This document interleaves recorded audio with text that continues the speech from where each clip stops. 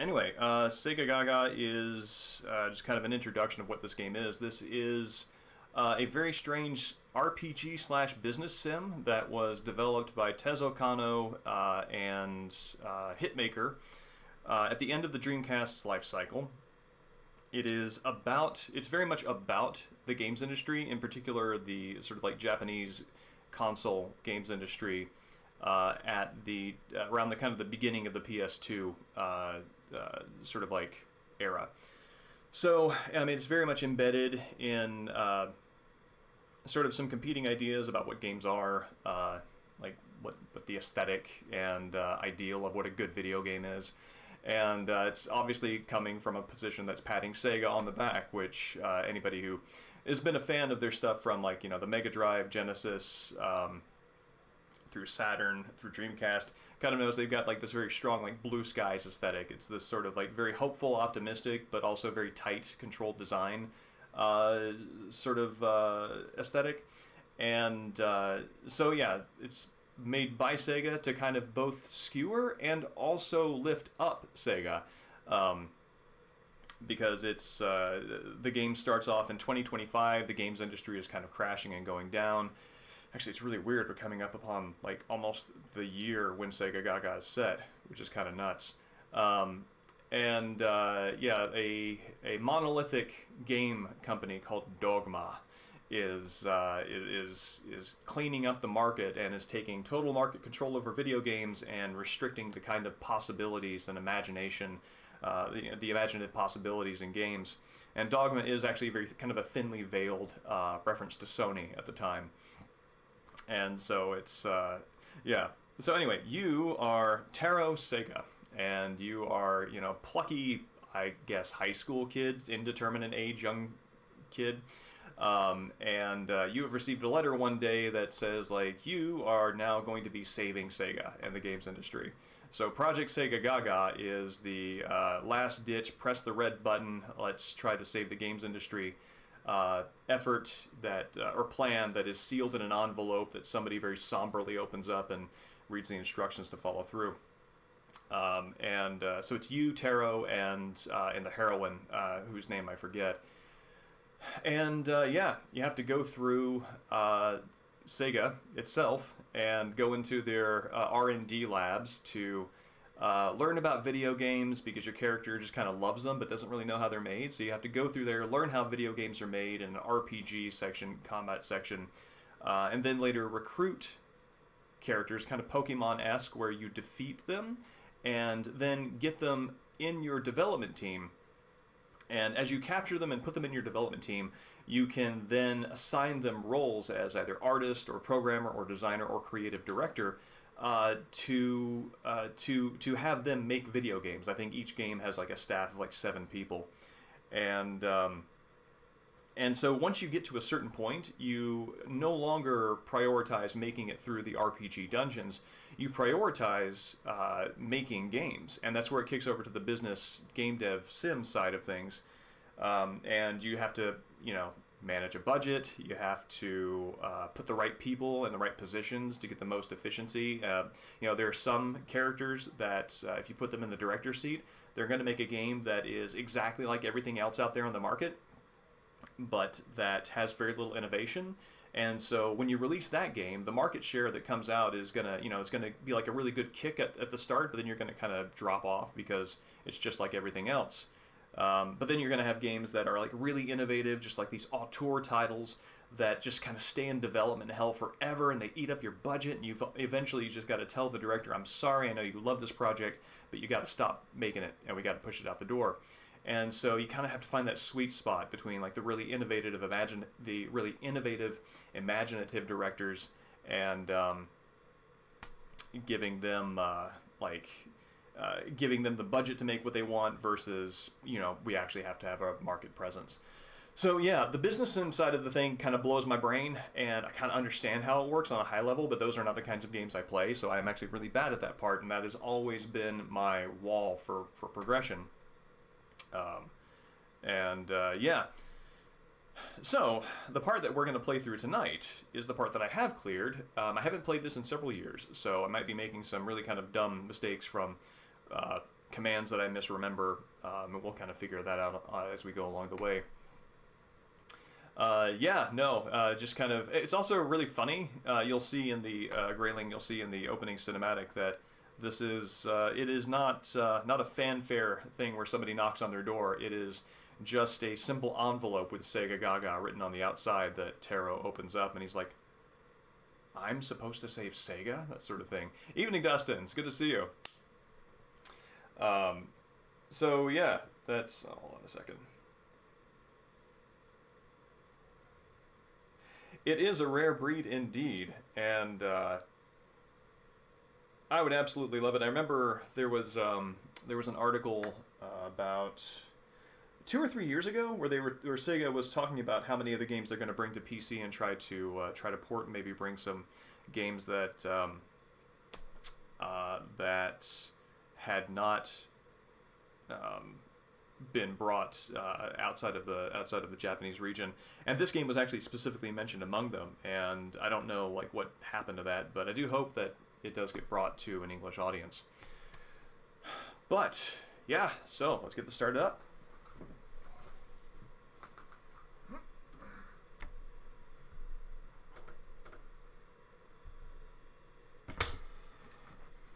Oh, whoop, that's not it.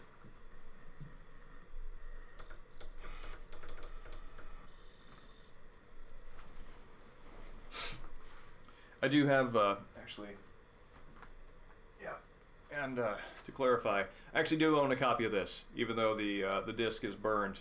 That is a backup, because I lent the original copy to a friend who is actually sending it back, and I'm very grateful for that. But yeah, so this is my backup in lieu of that. There we go.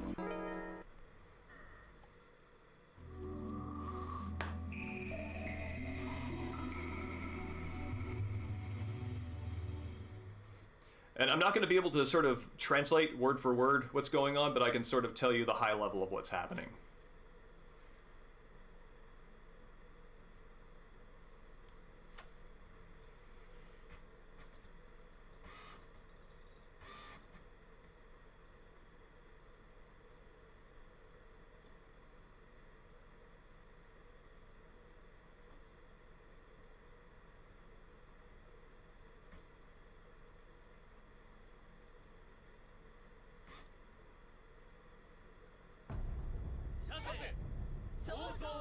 These are the business/creative principles of Sega. And it's like, in order of priority, every single one of these is number one. And it is about making fun, imaginative games. If you do a search for Segagaga intro English on YouTube, you'll find like a video that I subbed like years and years ago that explains what that is.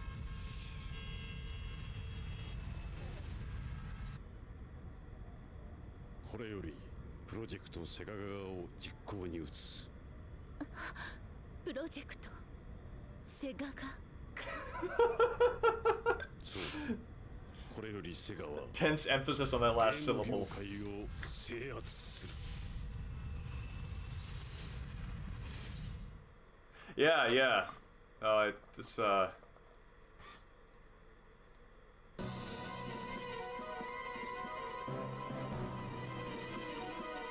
But yes, that cutscene that you just saw is basically the break the seal on the secret plan moment.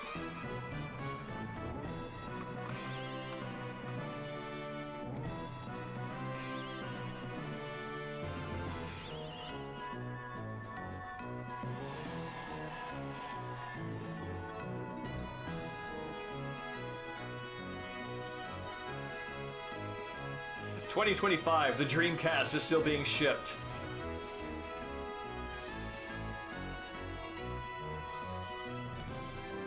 Yes, Viper, exactly. It's like their address.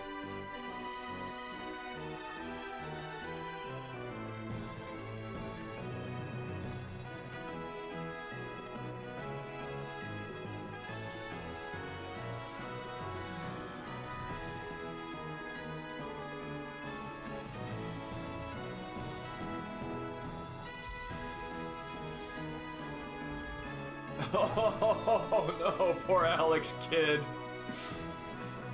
Scanning used games at retail.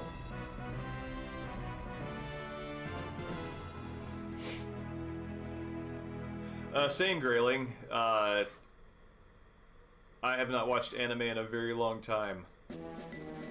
2001. Wow, this game is 20 years old today!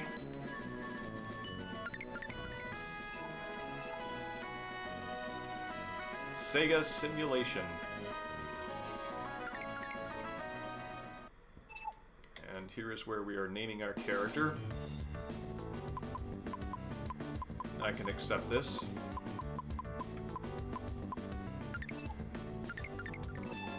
This is where we are naming the heroine. I can also accept this.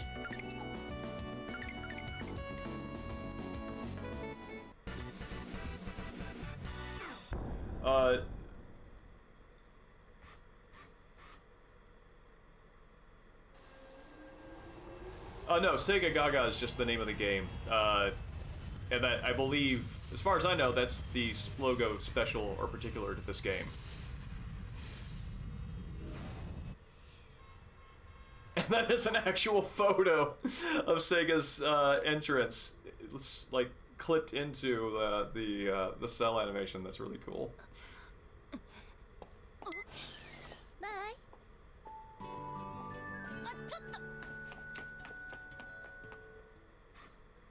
Yeah, hopefully we can get to one of the Mogatan sequences.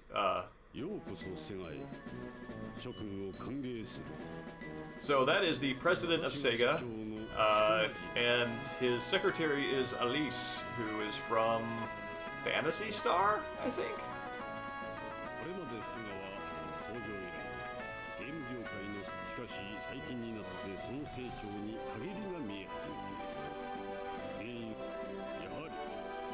Yeah, no, Heroine is much more in tune with what's going on than Taro is.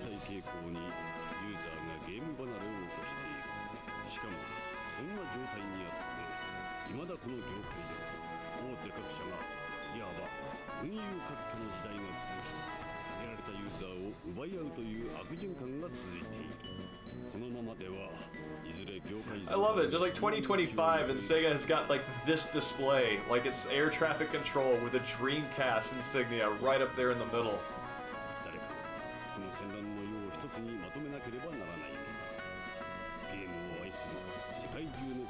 Yeah, if you find yourself getting lost on it, I will provide context as best I can, with the caveat that it has been years since I have visited this, so I could be very wrong.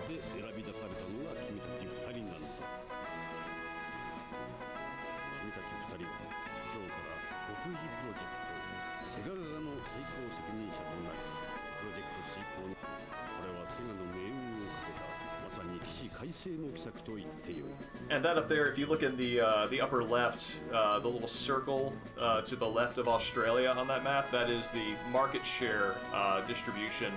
The blue represents Dogma, and the red, which is nearly invisible, is Sega, because Sega now has 3% of the market.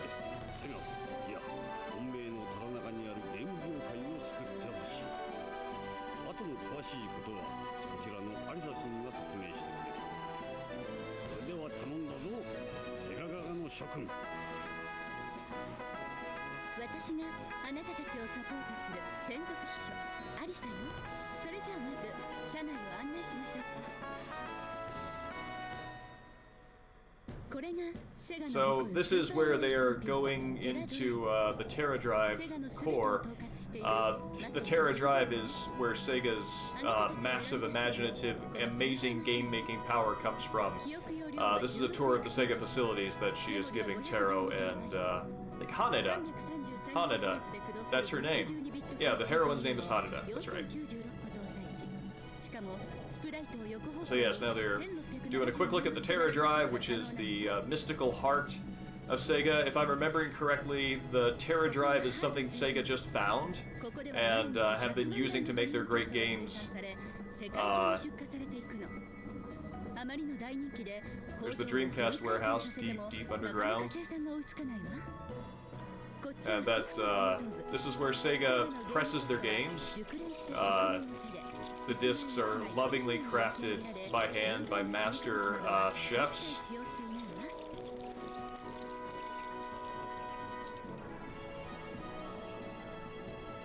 And these are the R&D development labs. You go through A, B, and C in order as you progress through the game.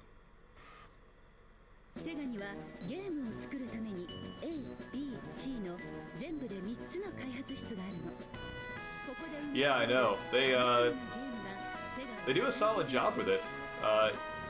It really is only when you start getting to the areas where, like, you kind of have to know what step to take next that fumbling around ceases to work.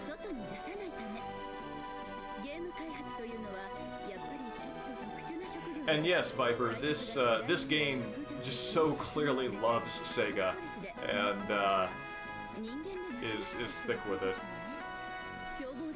Space Hamlet, the hero, is on a tour. He is on a tour here because he has a mission. His mission is to save Sega. So, you know, can't fight a war if you don't meet your army.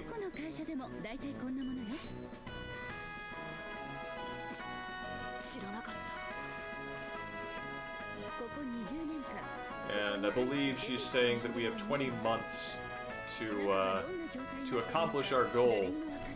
If you wipe in the RPG section, you have to take a compulsory rest of 30 days. So the more you fail in the RPG section, the less time you have to develop games on the business sim side, so the two are very closely connected. And now, blip, we are back.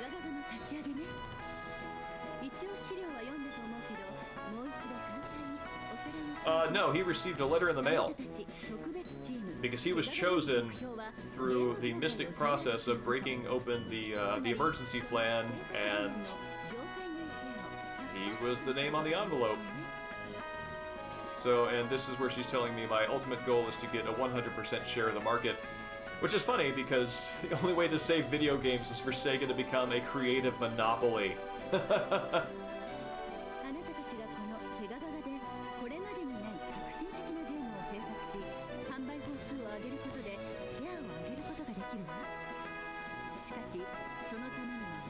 Yeah, Grayling, there's a lot of inside knowledge that is, I think, necessary to make the depth of this game available. Much of which I don't even have. When I was focusing on this game in the past, I relied on the knowledge of others more versed in Sega than I am.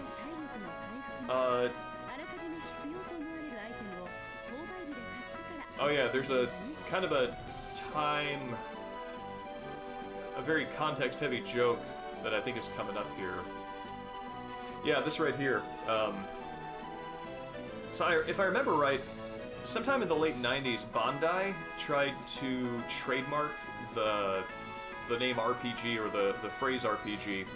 And so every time they say RPG in this game, they give you this note that RPG is trademarked by Bandai Co.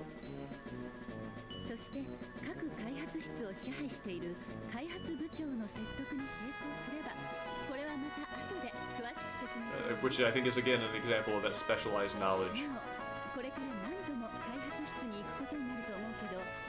Well, swimming, as we are seeing, stock things as they relate to video games are wild and difficult to predict. So, yeah, it's plausible that in 4 years, complete domination of the market would by Sega is not off the table. Evening, Round Glade. It's good to see you.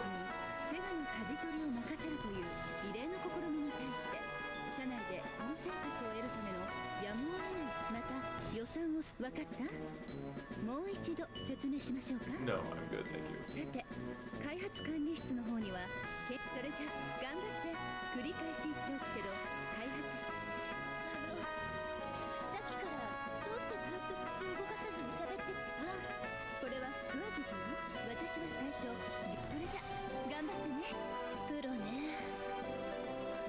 Alright. Now we are in control. Can either... this is our market share. That shows how much is owned by Sega and how much is Dogma. Oh yes, Roundelay. I mean, with the market like this, gotta keep on your toes. So that's my budget up there, and this is the time that I have to do things in. So I've got 1, 2, 3, 4, 5 quarters to make Sega a success. And these are my my RPG stats.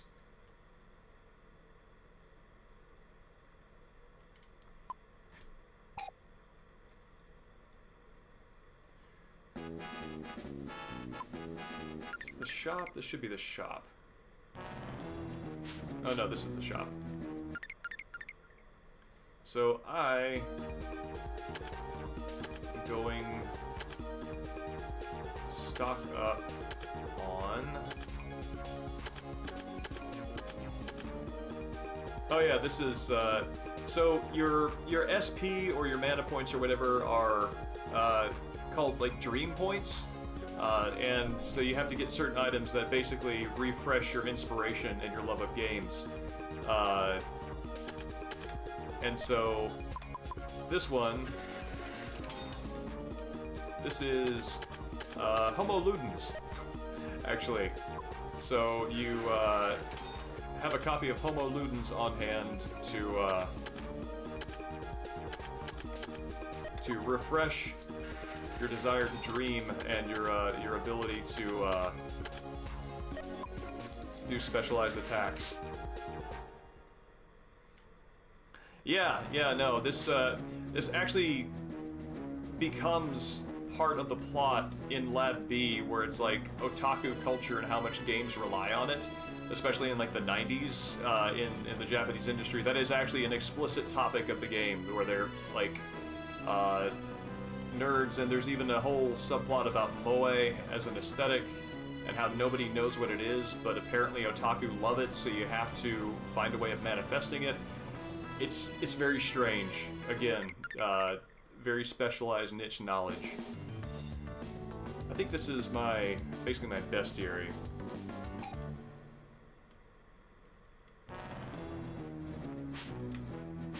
Alright.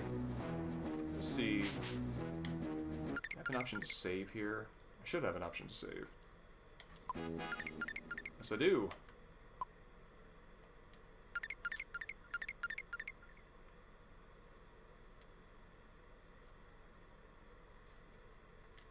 Yeah, no, it's super nerdy. But I mean, it actually does this. It actually does the thing where it's not just self-aware and using that self-awareness as like a checkbox to get away with like doing a bunch of very cliche, nerdy, embarrassing stuff.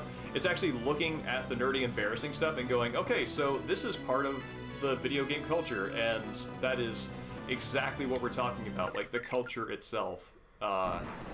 So it's yeah.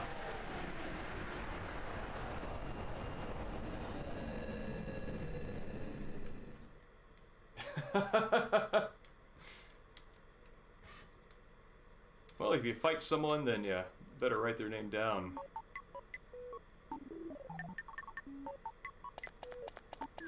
So this is where Taro is learning how video games are made.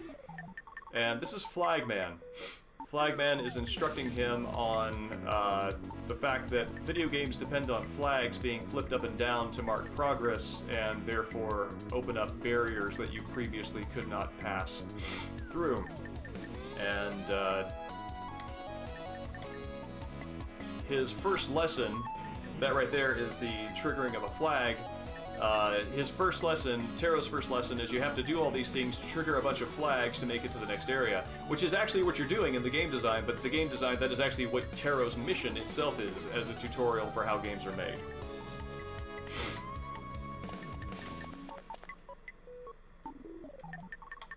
And I do not remember what any of these incidental NPCs' conversations are.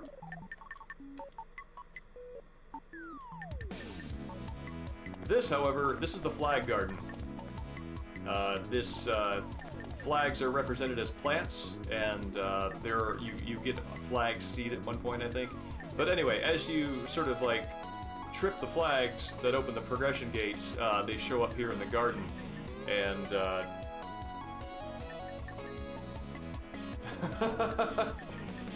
well, I mean, what I would love to, man, I would just love it if this were available in English, period. But yeah, with my, oh yeah, so this is a combat, and combat is not physical, it is verbal and morale based.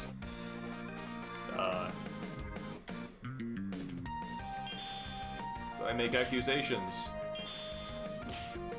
counter accusations.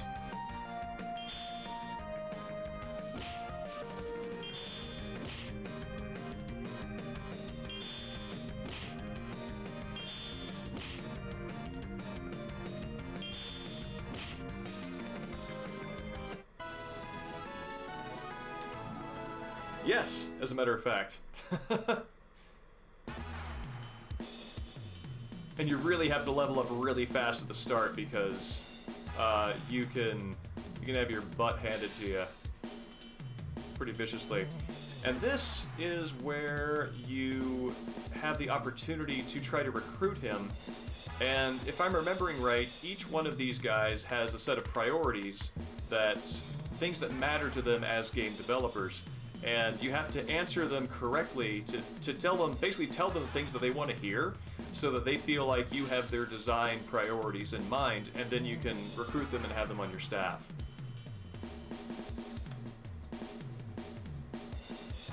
So here is designer. I can't read that.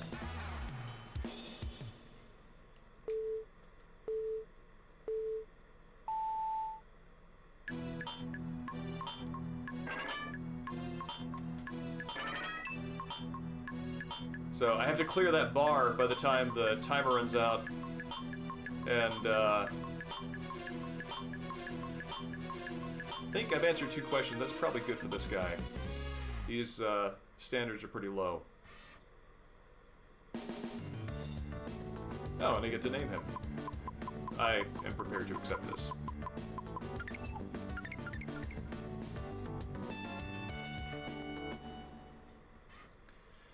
And now I'm in the somewhat befuddled RPG position of not knowing how much my starting healing items actually heal for. So if they heal 4 points, that would be a good use of it, but I also think that that might not be the case, so I'm just going to save it.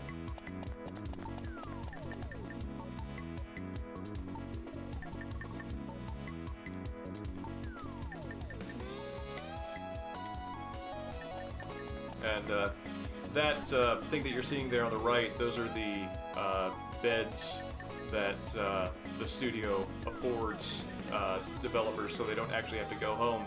If I'm remembering right, all the developers that are down here have been basically locked away here for months on end and have all gone a little crazy. This is an influenza germ, which you can also hire for your development team.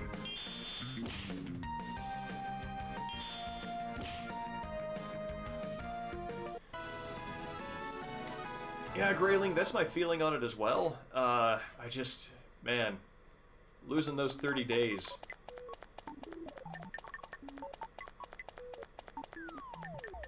Is a killer consequence.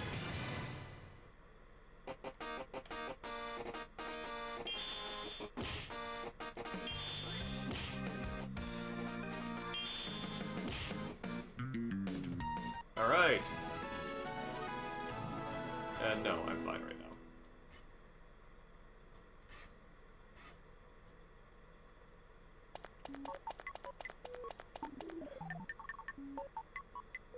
now. Excuse me. Yes, I do as well.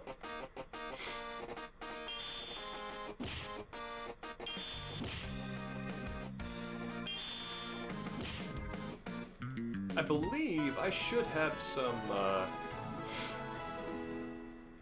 some Hatari attacks by now. Hatari is the it's written in katakana, but I don't know what loan word it points to, if it points to one.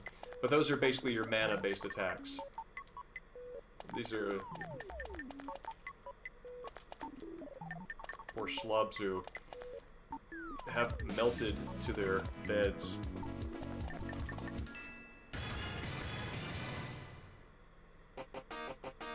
This is programmer. Is that Sushi? Sushi? Programmer Sushi. Correct me if I'm reading that kind of wrong.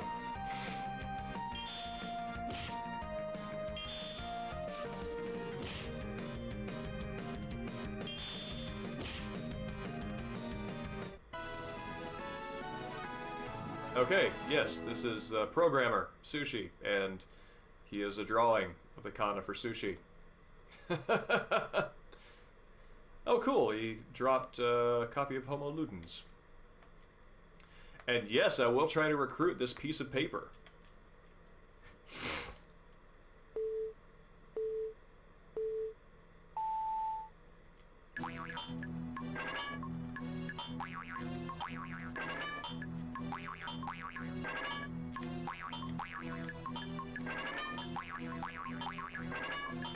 Oh my god, piece of paper, please like me. No, I don't think it's COVID. We're being super careful here, and it's probably just allergies.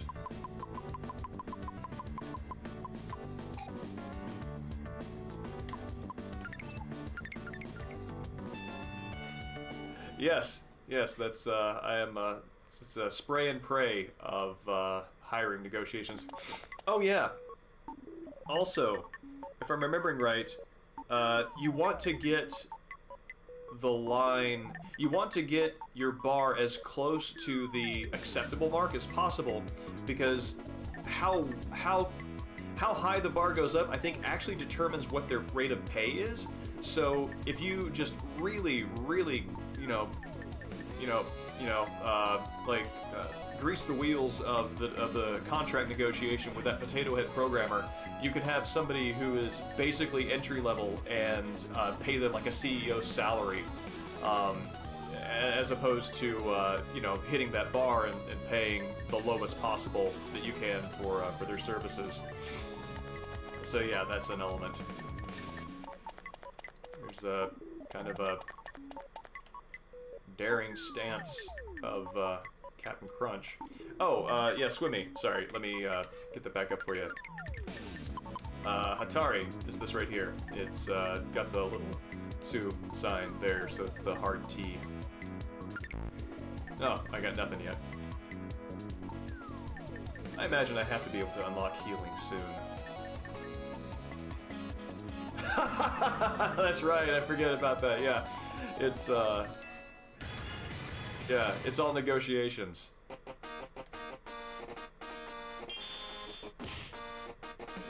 Oh, wow.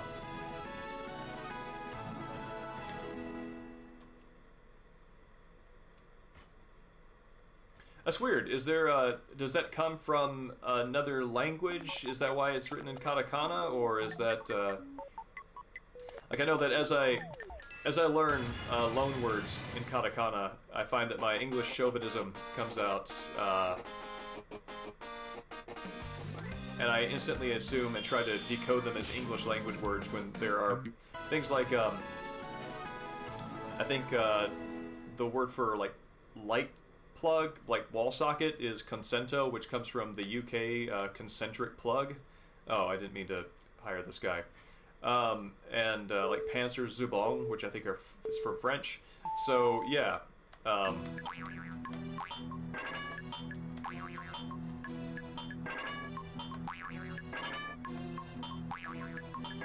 There we go.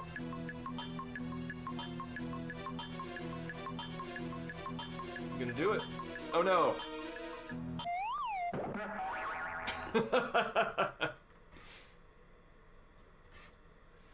That's the sound every headhunter hears when they fail their recruitment objective.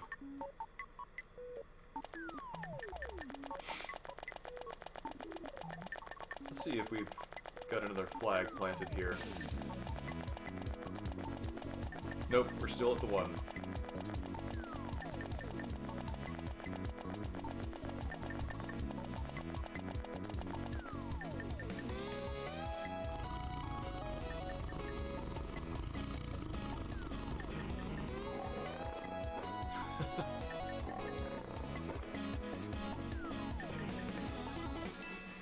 Yeah, they've been developers who have been down here for so long have become feral.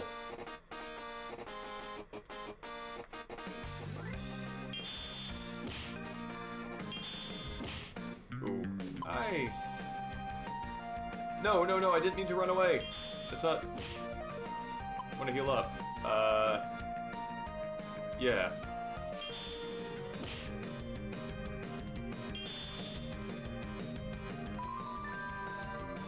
Alright, there we go. Yeah, Grayling, you were right. Wait until the verge of death.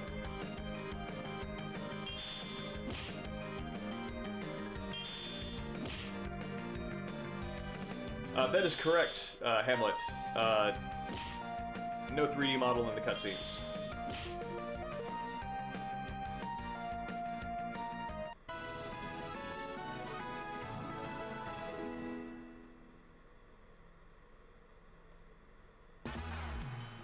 Yeah, I mean, there's a kind of sense it makes for. I mean, they've given the main character a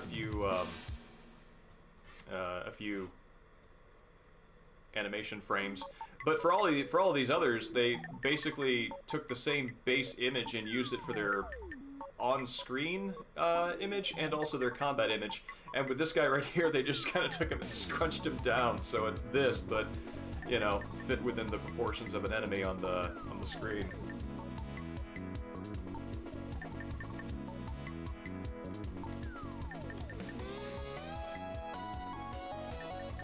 I believe this is where we get an apology for the feral assault.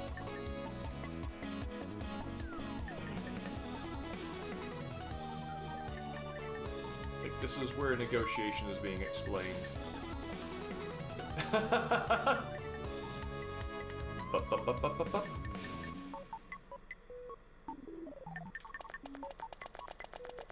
So now, if we come back here... Yes! So here is where our second flag is now planted.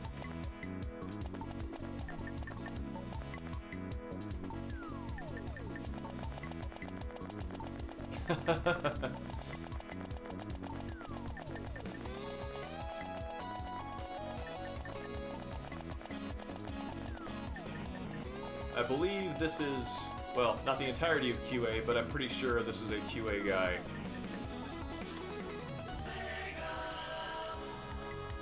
Yeah, he gives you stuff when you talk to him.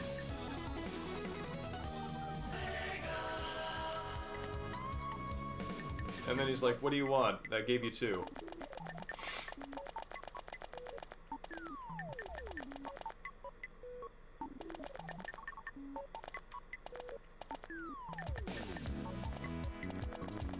Yes, I too think this is brilliant. I love this game.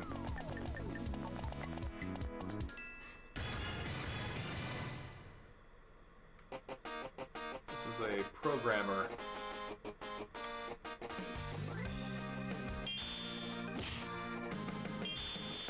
Ooh. He's got an attack on him.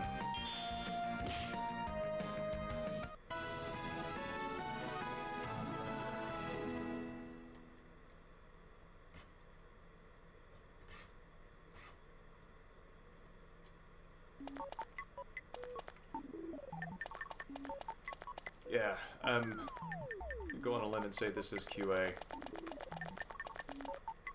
What's that? Bad Trip. It looks like a stuffed panda floating in psychedelic space.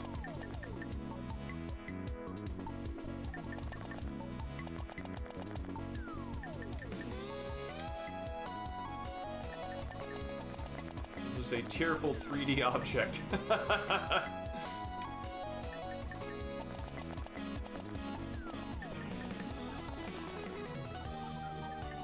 Thank you for recognizing the panda. The panda will soon recognize you. Yeah, let's... Pretty sure this guy fights me.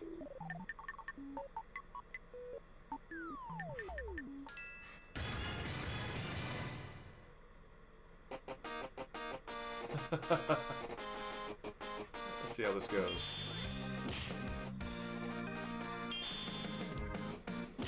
I feel I should heal up here.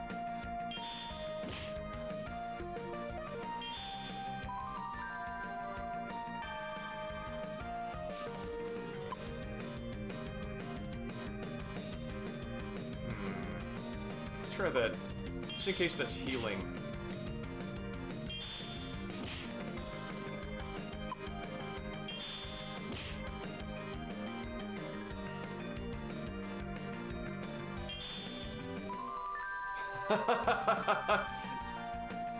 I dreamed big, and my morale improved.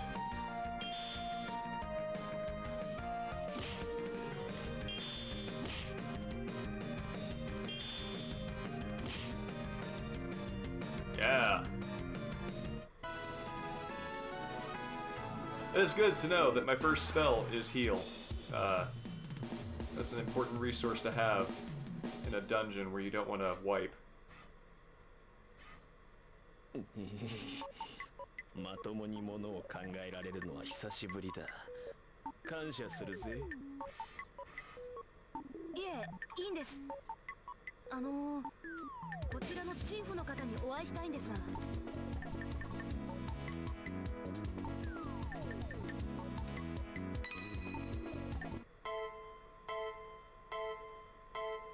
Oh, this is where the sad story of Lab A is coming out. Let's see if they give us the illustrations. Yes. So, to maybe make this, the backstory here intelligible for the,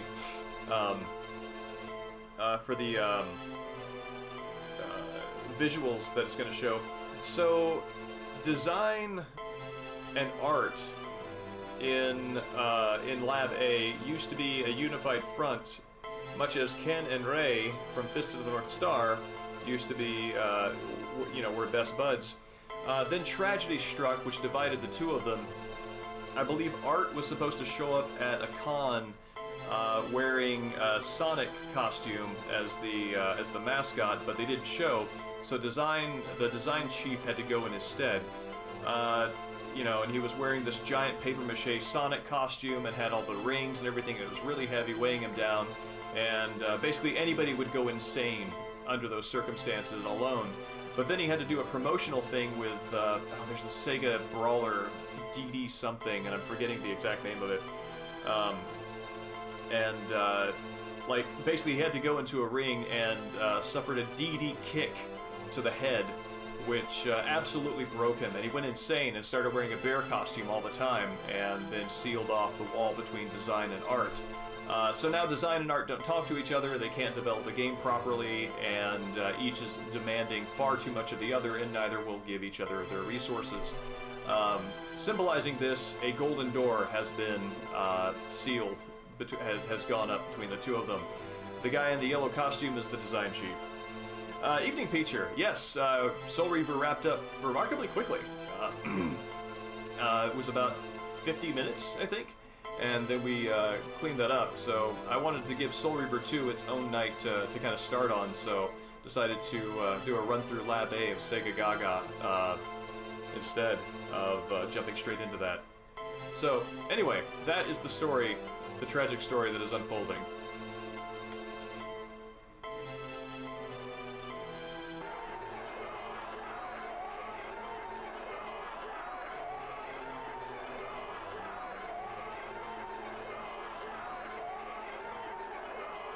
Yeah, there you go. DD...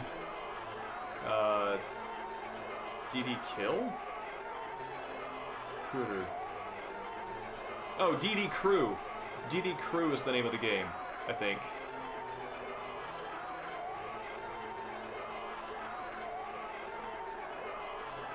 And there's DD Kick.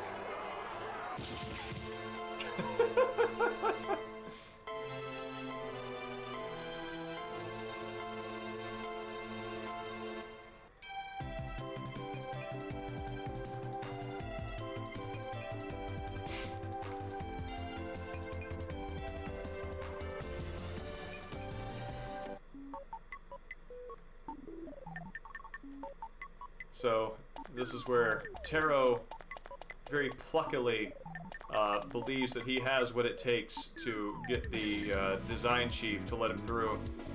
I think the item that you need to open this door is the golden key, which apparently has some sort of Dragon Quest resonance. It's like a famous item from Dragon Quest that I've never played much Dragon Quest, so I don't know.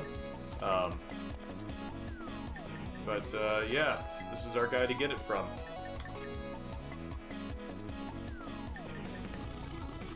And the resemblance to Ken in the face, a Fist of the North Star, I believe is deliberate. I mean, especially once you see, like, the art chief.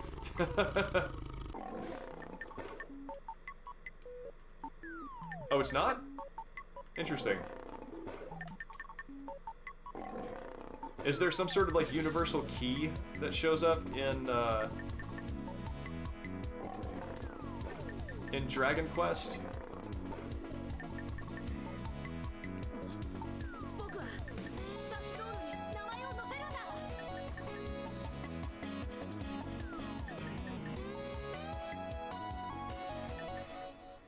大丈夫？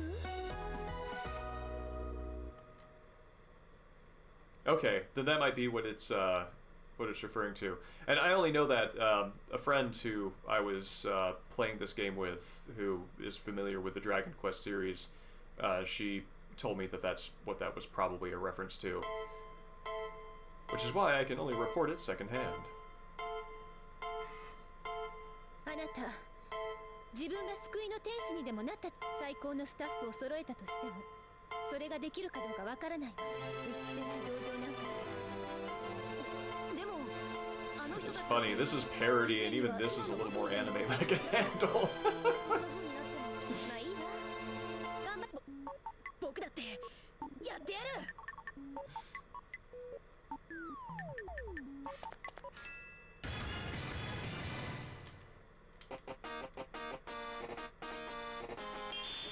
But I think that's kind of what makes it very charming and interesting. Is that ooh wow that hurt? It is simultaneously parody and earnest. Oh crap. Okay, good. I got priority on that.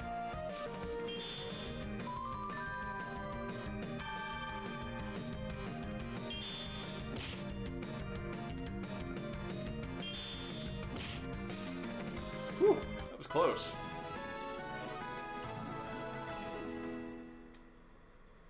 The object is a tough cookie.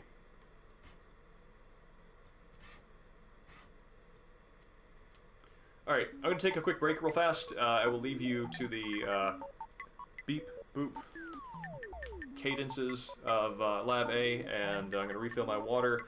I'll be right back.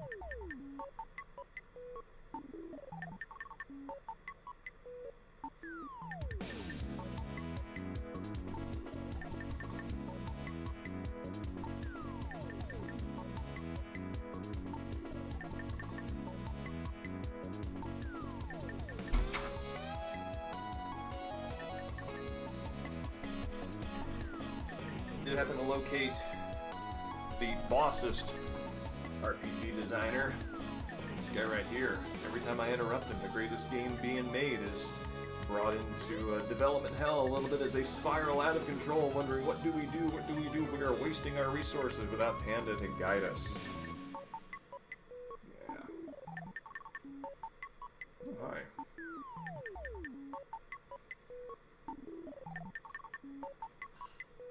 Your audience is this way, friend.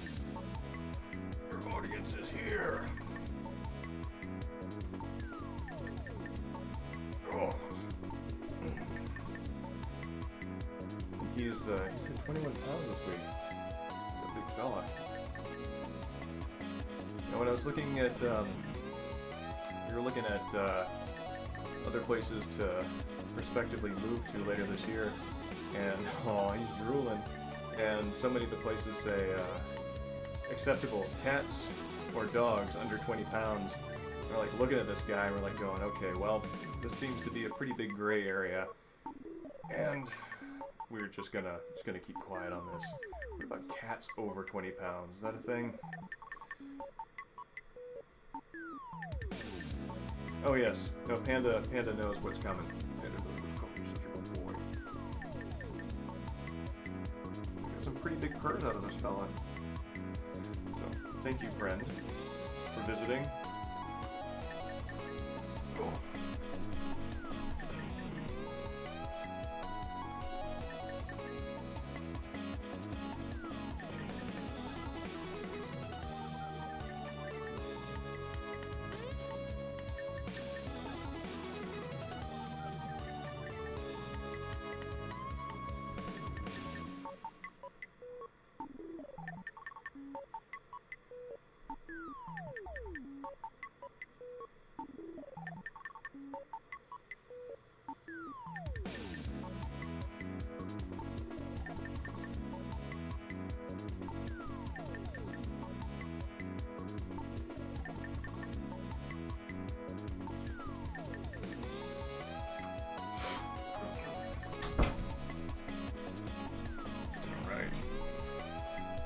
So, with that, we're ready to continue.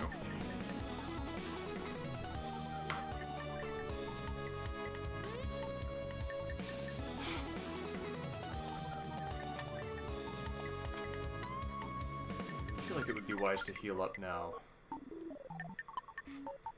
Oh.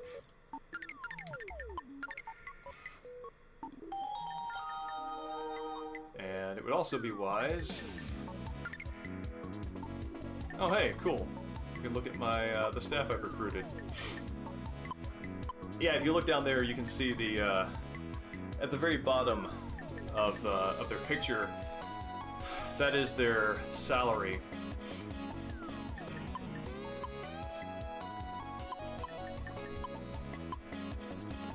So he is a high-quality programmer, and he is making about the same as the director there.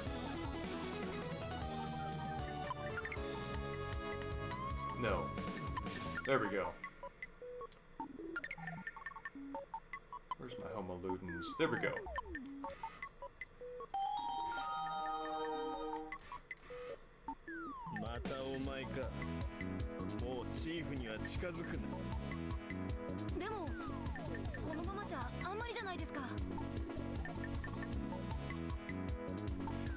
It's very strange that, like, they voice the first 3 lines of the exchange, but nothing else. I'm pretty sure that's not because I'm, you know, tapping A. Oh yeah, this is nice. I can show this to you. The image on the VMU is this.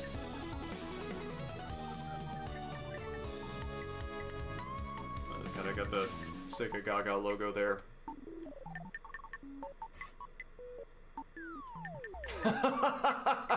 This is where it fell out. You can see the design lead on the right with the keyboard. Actually, probably no, it's not Ken and Ray. Ken and Shin. What am I thinking? Yeah, you can see the design chief Ken on the right with his keyboard, and you can see the Shin design lead on, I'm sorry, art lead on the left with his protractor, his triangle.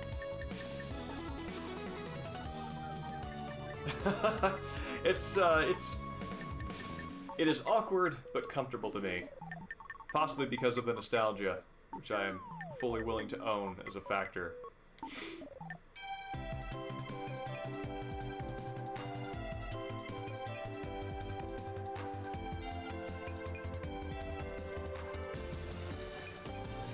What is Hanada doing in the smoking room?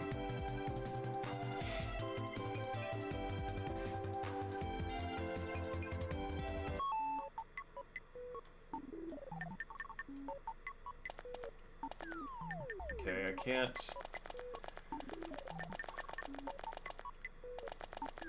progress just yet.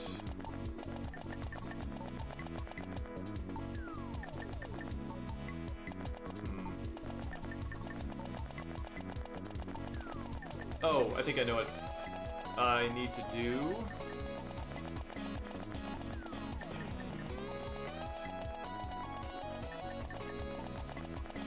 If you power walk through here, then you have a less chance of random encounters.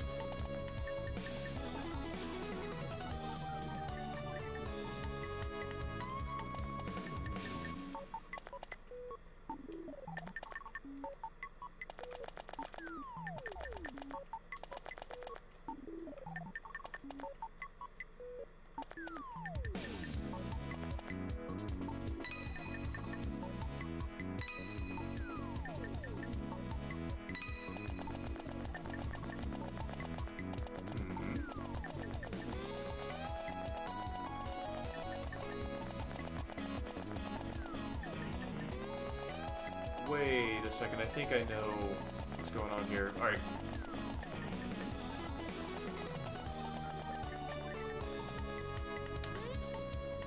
I think I need to leave.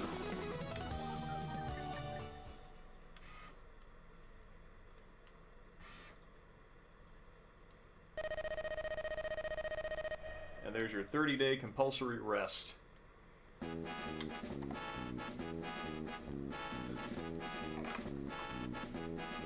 Elise, forever on the verge of telling you one more thing.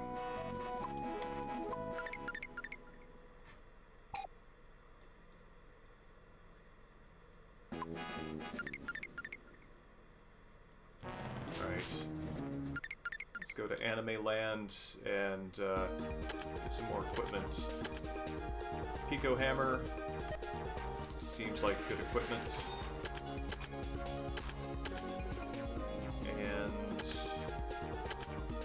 Now that we have healing, that seems like a good investment. And one more enemy drink. Enemy drink? Energy drink.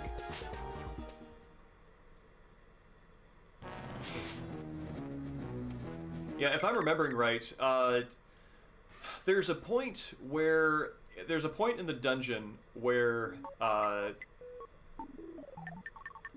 seeds. You find out that one of the flag pots doesn't have the seed it needs, so even though you accomplish the goal, you have to take a seed, plant it in the pot, and then it grows, and that enables you to proceed, so you kind of have to force it. And I'm not sure if that's what I did.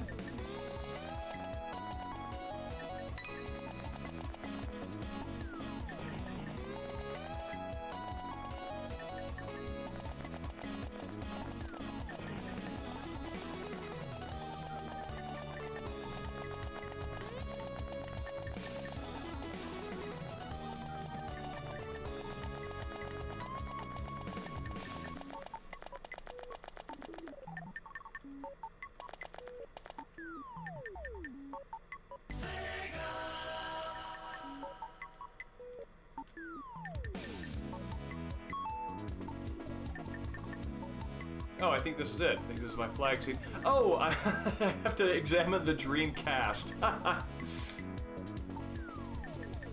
let's see, I think that's it.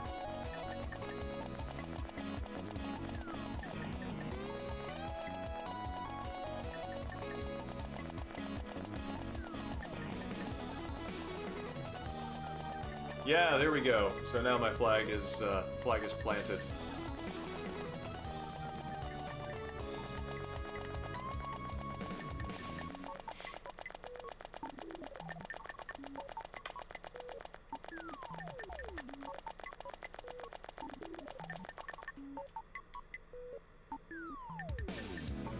That's not enough to do it yet. Maybe I need to plant that seed. Let's take a look at my inventory. That's not my inventory. Neither is that. There we go.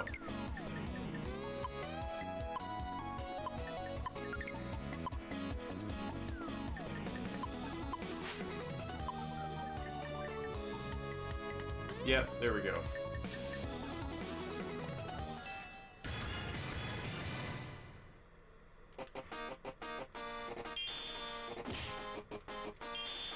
I really like how one of the enemies in any development studio is the common cold. I mean, they call it the influenza bug, but yeah, basically, when a cold starts in one part of the studio, it just kind of travels everywhere else, and that's one of your main enemies.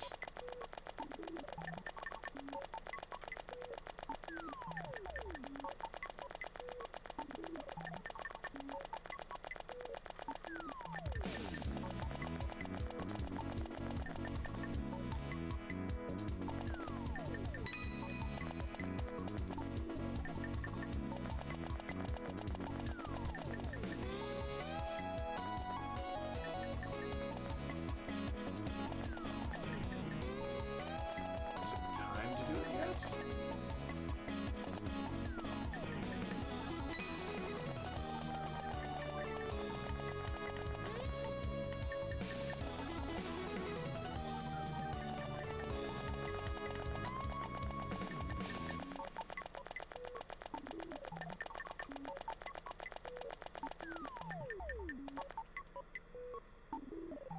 Well, I'm going to do the thing I know from RPGs, which is to talk to everybody and mash buttons on every surface.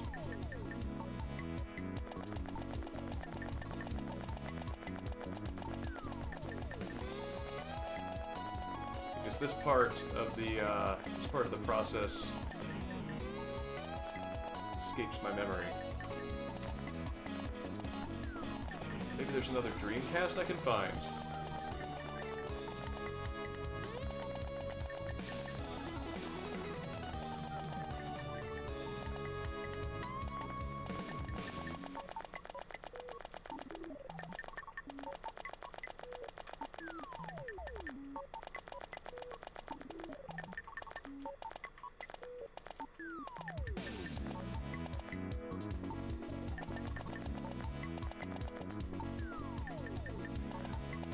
Oh, maybe I have to go to my menu and use it, and it's not going to happen automatically. Yep, that's right.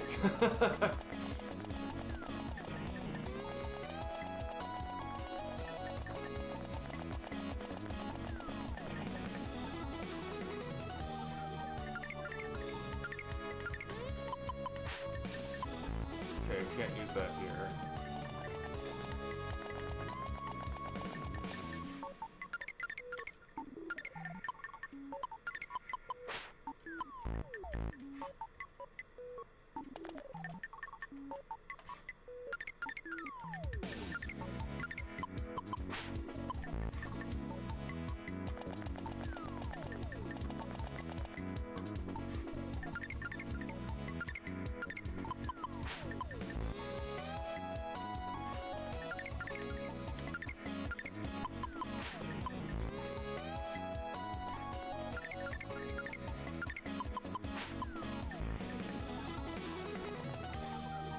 Wonder what else do I have here? Oh, I've got a fan. Oh, I should probably equip my equipment, huh?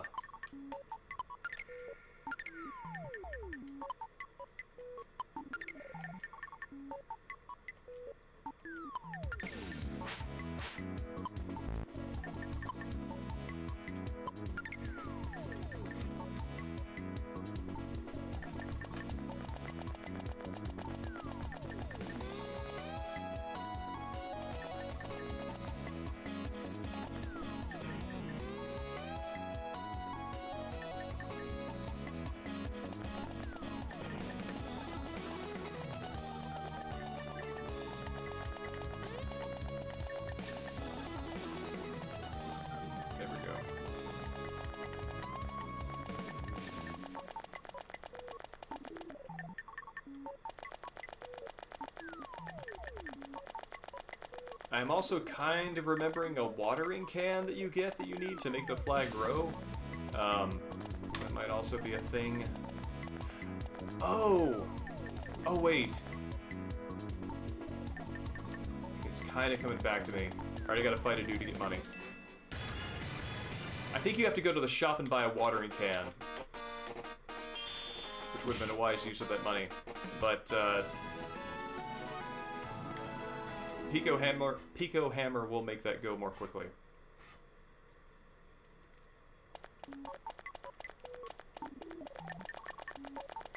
Even faster, we'll be hanging out in an area with stronger enemies.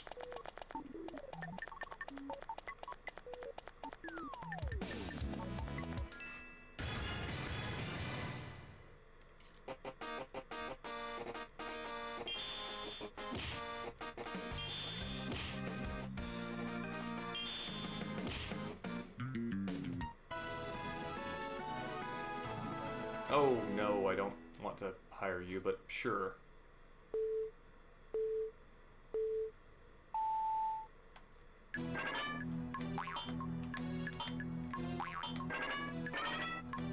Oh, no. It's far too much money.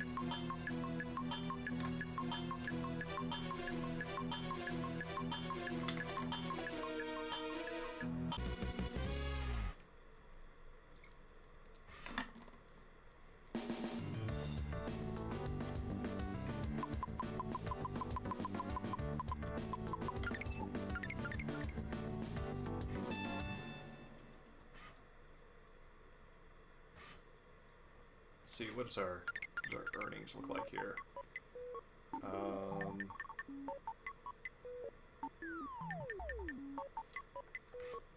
Let's try to get a little bit more before going out and buying the watering can.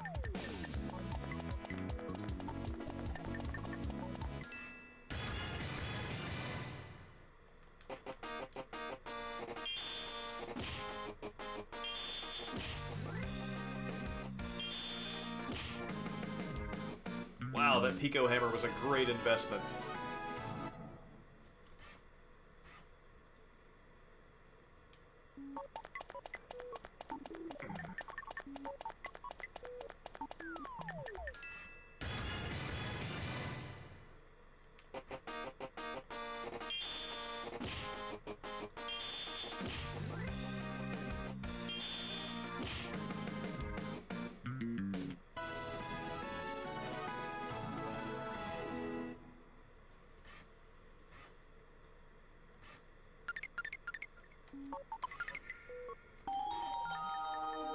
Wow, the healing returns you get on that ability outside of combat versus in, pretty drastically different.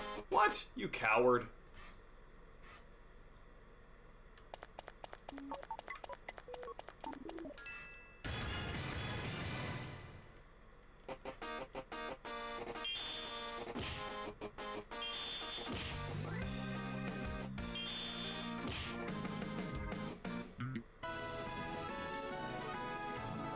It's true. Probably looking at Taro and realizing he's not a 3D object, and I mean, how are you going to compete with that?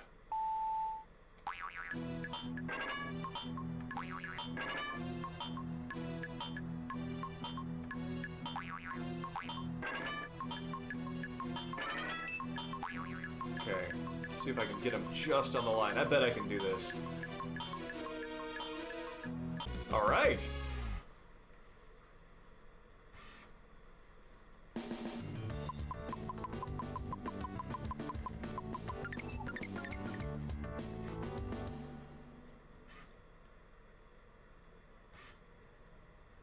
Trying to think, before leaving the dungeon, I'm trying to think, like, what is an amount of money that you would be expected to earn about a third the way through a dungeon? So it's not, you know, not potion level, but not new weapon level. And I'm thinking, like, 10,000 is about right.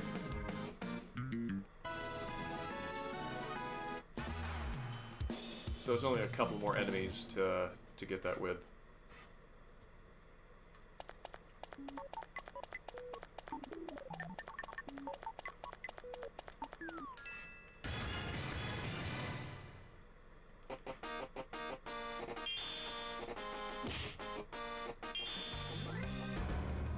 Whoa! Dropped a crit on me, then ran away. Jerk.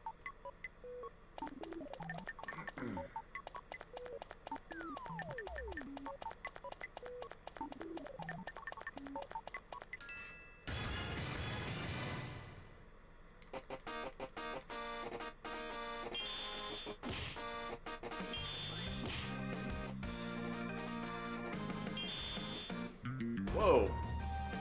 Wow.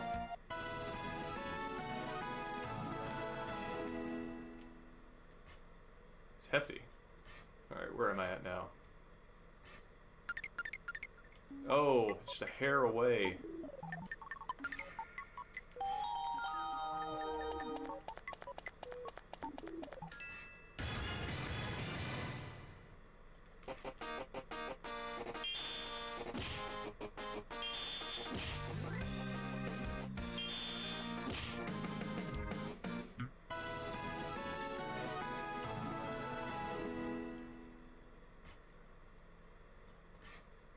Alright, and that brings us to the top, so let's go spend this money.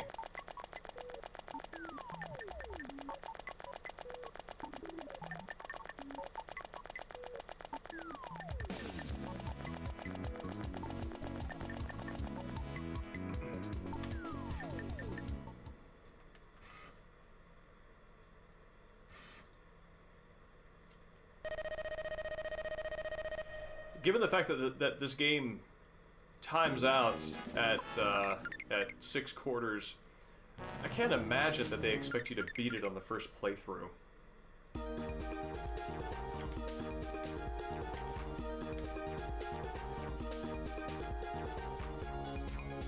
Flag water. There we go. That's what I need. Oh, looks like she just gave it to me for free. Well, that's cool. Let me see if I can buy that jacket. I cannot buy that jacket.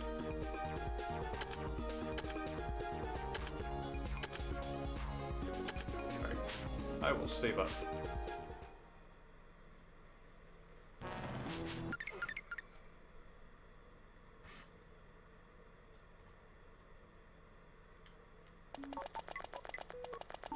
Alright, see if this does it.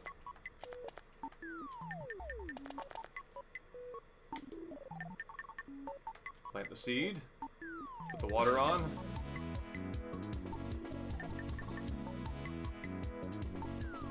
The suspense is killing me. Yeah, there we go. It's a raw flag.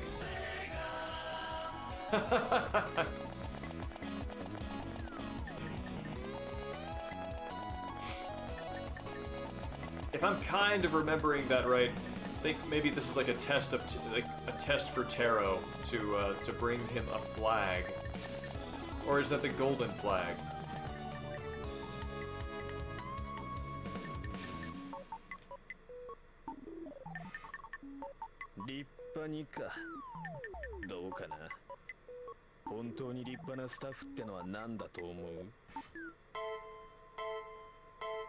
Oh, the R720. 1ヶ月以内に完成させなければプロジェクトを打ち切ると宣告されたのさ。 Viper, did you ever play in one of the R360s? そこでプログラマーとデザイナーが対立した。あくまで完璧を目指して粘ろうとする俺たちと限られた中でベストを尽くそうとする奴ら、どっちも間違っちゃいない。 If you are still around. 公開テストの時事故が起こった。プログラムのバグが原因だった。 I believe this is the sad story about how the R720 was canned. 俺もそれに従った。 And for those who don't know, プロジェクトの永久凍結。 I do. そしてバルクスタッフっていうありがたい呼び名だけだ。 Find this here. For you. For reference on that. Yeah, the R360 was an actual piece of Sega hardware that it was one of those really amazing Sega game arcade experiences where you hopped in. Yeah, there we go.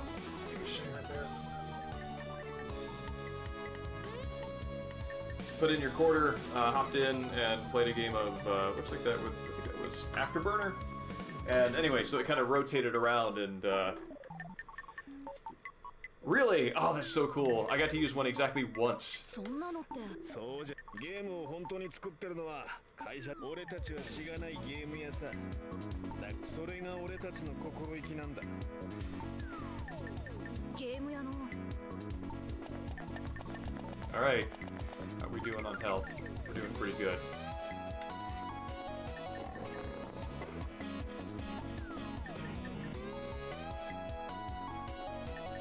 Oh, cool.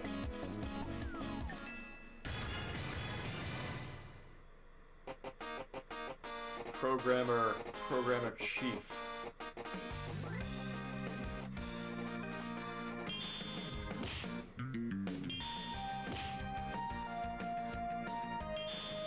This is what happens when you have to work at a con. You snap and are wearing a honey yellow bear suit for the rest of your life.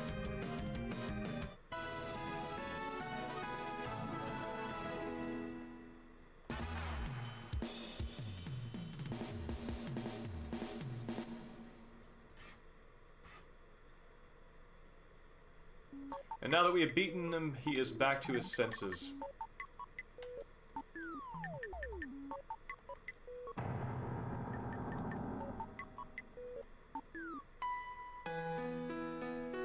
And this is where I believe his and the designer's backstories are cast in the, further cast in the Ken and Shin split mold.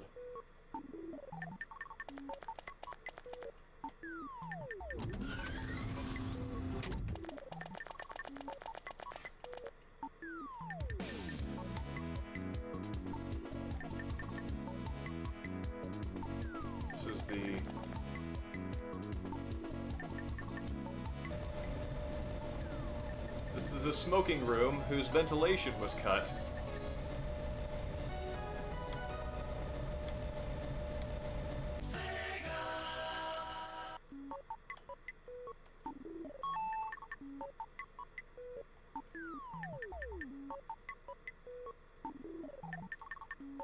So, cool. The ventilation is back on. The smokers can breathe.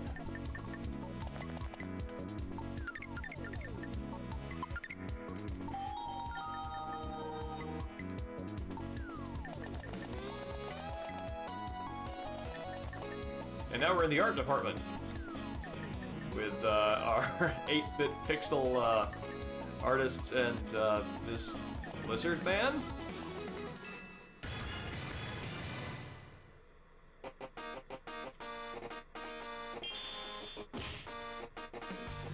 Oh wow, very easily defeated. The morale in art must be low.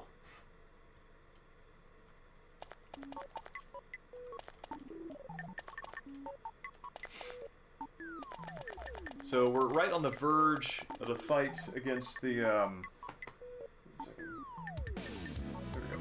Right on the verge of the fight against the design chief, which actually has one of my favorite jokes in the whole game in it.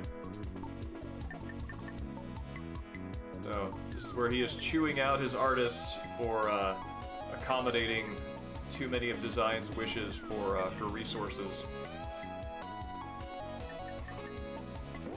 And he fired them. Specifically, he erased them.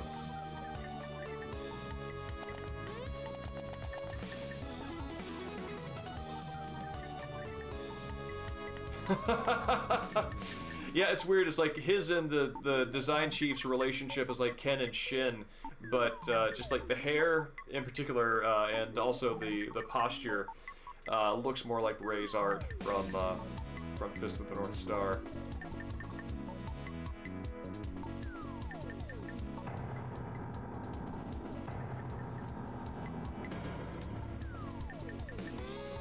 And one of the points of fallout between him and the design chief was, I think he wanted to make like a 20,000 polygon trash can which just completely hogged all the resources and made the game unplayable. And hopefully we will get the frame over attack from him.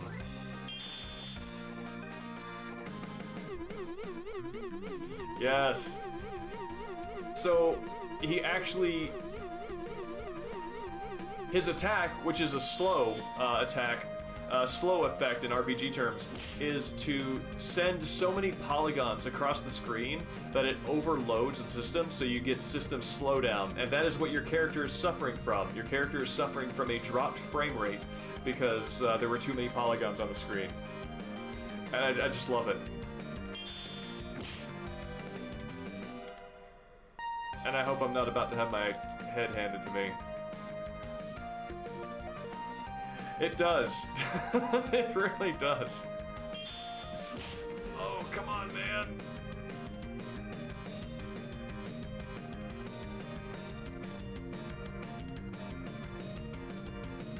I think this is Haneda coming to save me.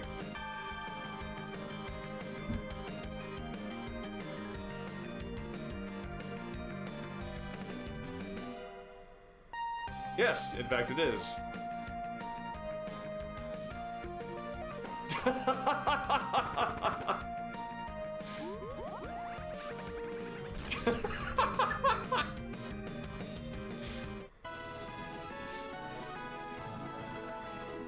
Oh man.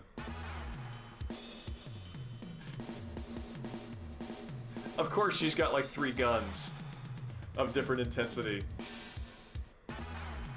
And Taro, for some reason, levels up massively from this. So now, as a result of that battle, I now have access to the frame over skill.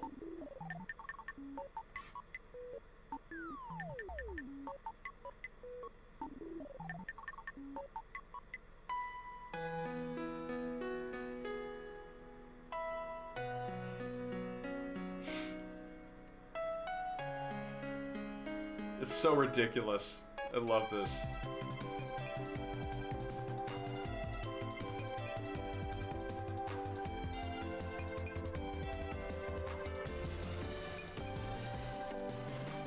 I think this is where they're explaining how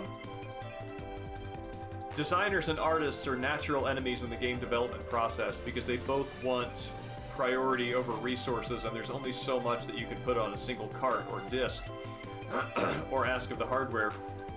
But this animosity is not this is not an antagonistic relationship. It is a competitive bro relationship, like Ken and Ray from Fist of the North Star. And if you view it as such, then you see that you're both trying your best to make the best possible game, and that's really what the source of your competition is from. Not out of a desire to see each other fail, but out of a desire to see the game succeed. And now they're realizing this, and that their animosity is not between each other, but because they just want to both do their best.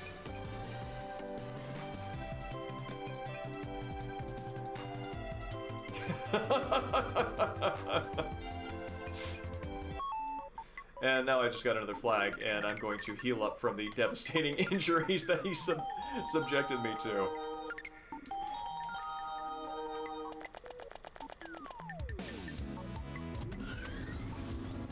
I love that sound effect. It's like Star Trek door. Yeah, I know, Peacher. It's awesome. Oh, wow.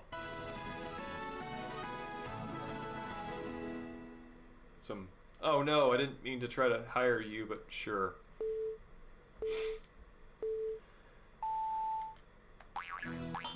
I think I have access to developing my first game once I finish Lab A, so hopefully we'll get to that point before the night's up. Oh, just missed it. I guess I didn't really want to hire him, but at that point it's really just about... I just want to succeed at all I try to do.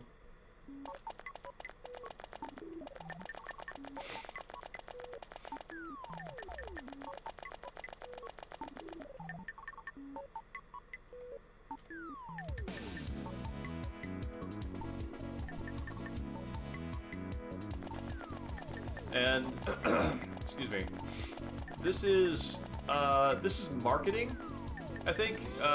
Well, I mean, this right here is the Sega System Museum. As you see, I think this is the Sega 1000. This would be the Master System, I think. Sega Mark III.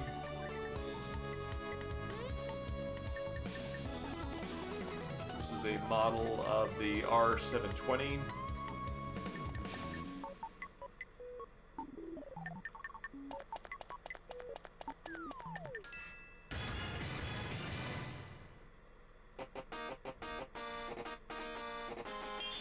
Yeah, these guys are basically corporate, and they are a problem in this lab.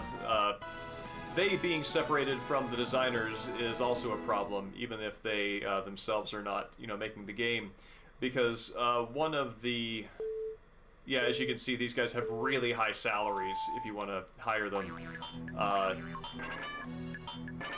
And I think part of the commentary here is that I don't know if they're really good game developers, but they wind up costing a lot of money and not doing a whole lot for you. So that's kind of the joke there.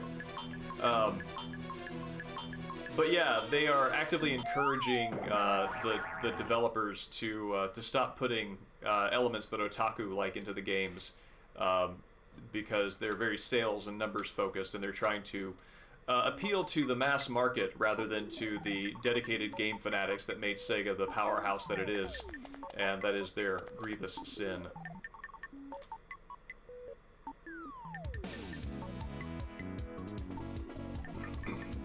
Oh, these are the instructions for the R720, which at the end of the game you do get to pilot and destroy all of Sega's old systems in a bullet hell shooter. Let's see, shot, wide, missile, bomb. Okay, so yeah, it's standard array.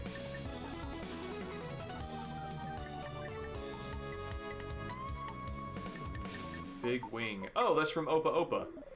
That's Opa Opa's big wing, which I think is a power-up from what do you call it? Fantasy Zone.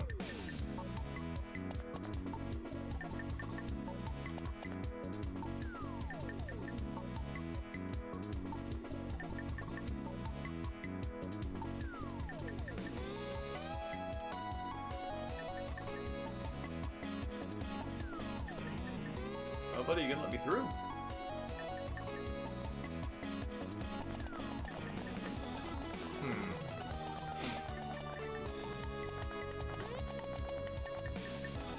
I think I need to talk to somebody to be able to fight him. This guy can let me through.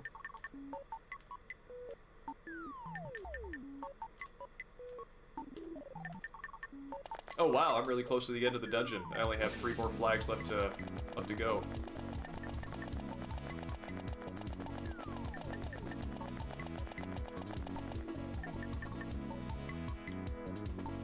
Oh yes, this is specifically about Moe as an aesthetic.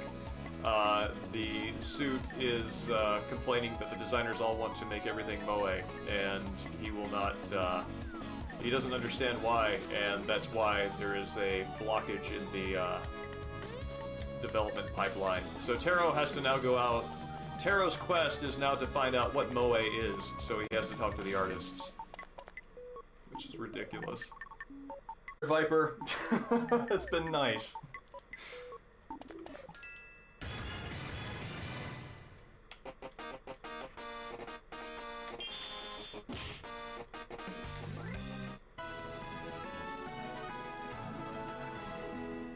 Have a good night, Ark. It's good to see you.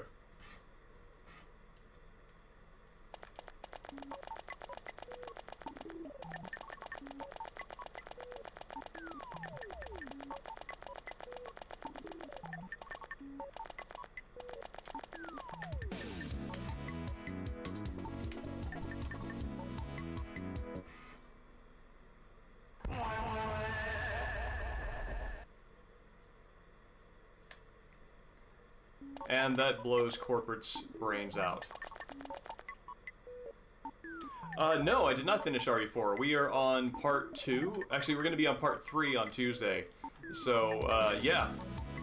If you want to come out for that, we are just past the start of the castle. So Ashley's about to get kidnapped again, and we are going to go on our hunt for her.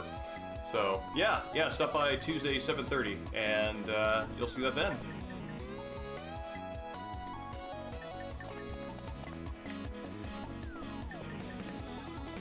This is the Programmer Graveyard. This is where the Fallen,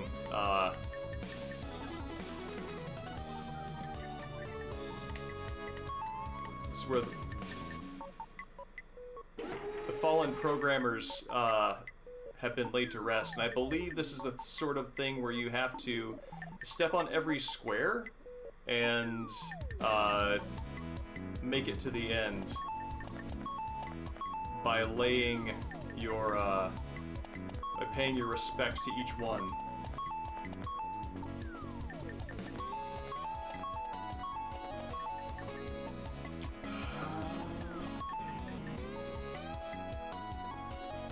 Yeah.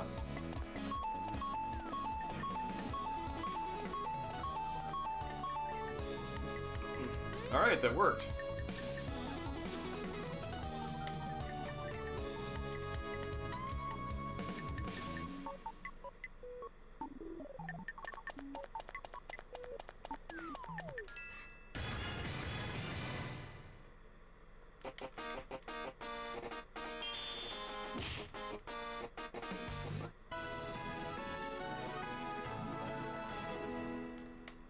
And no, I would like not to recruit the influenza virus.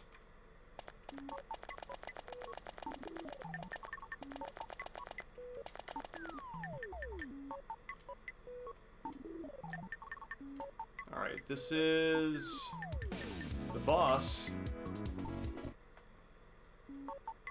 of the studio. So this is the dark, dingy back room. This is where all the programmers are slaving away at games that are designed to appeal to the masses.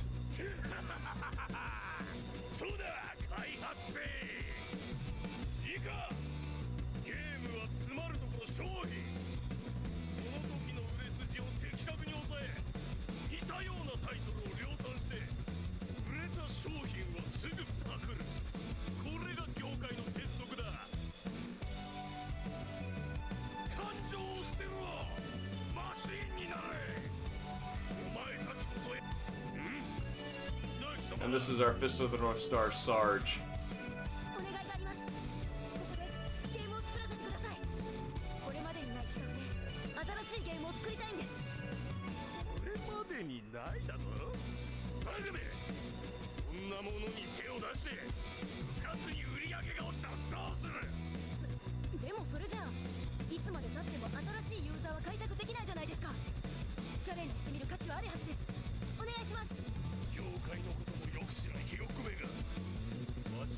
This was Taro pleading for the value of original spirited games.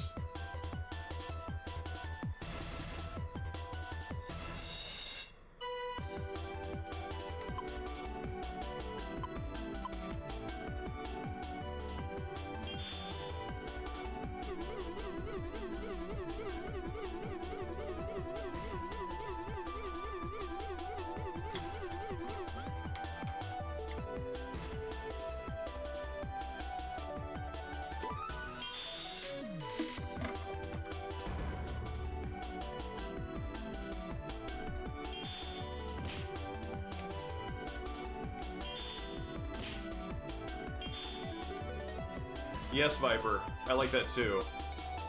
Oh man. Alright. Gotta use some items here.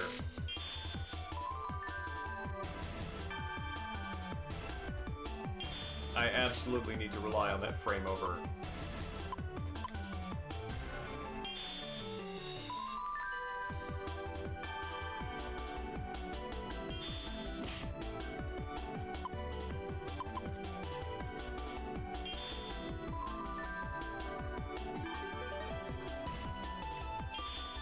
Ooh.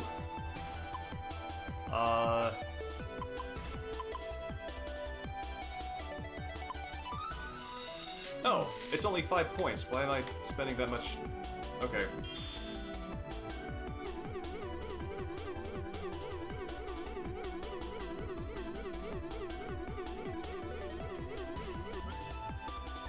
Okay.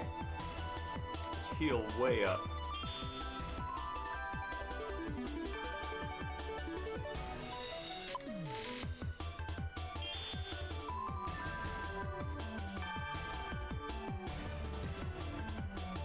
Okay.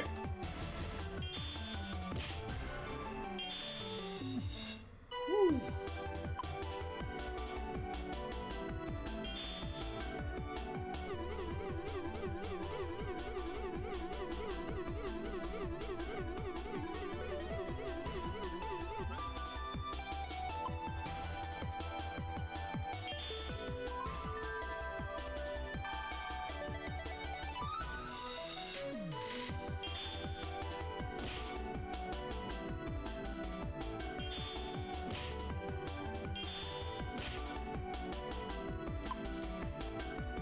Oh man, this is gonna be tight.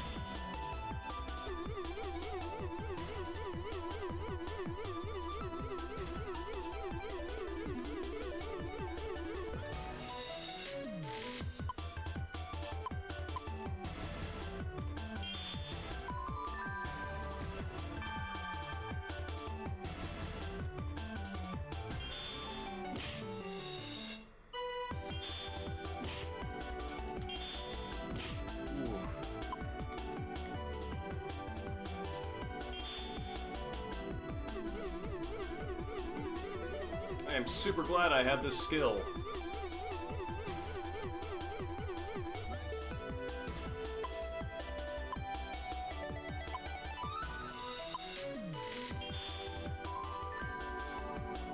Thank God. It's a big heal. All right.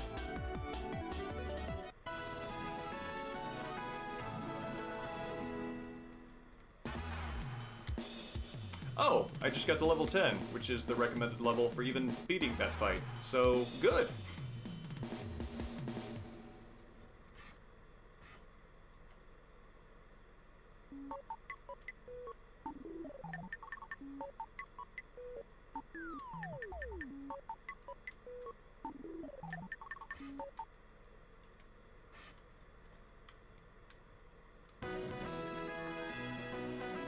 Alright, and that is Lab A.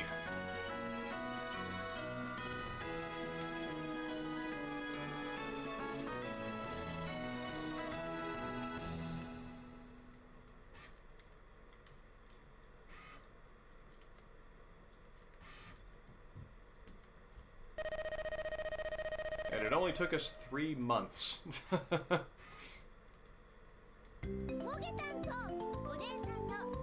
Yes, there we go, it's Mogatan.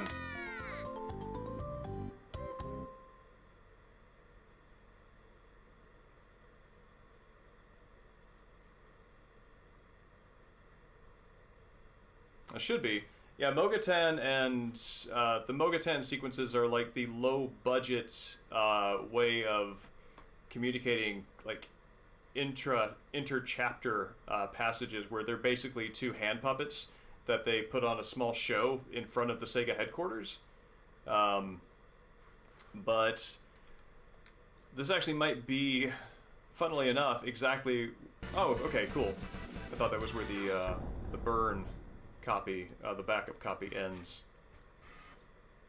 開発拠点を手に入れたようね。でもここからが大変よ。まずこれまで獲得したスタッフ。ここが基礎研究室。ここに This is where I'm having the business sim part tutorialized.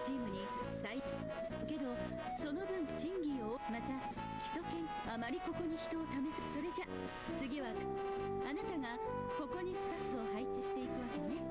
スタッフを配置しないでおけばもっともその間開発が始まったら開発状況と実はわかりました。働かせればいいのよ。馬車馬次に期待値ね。数値が高いほどで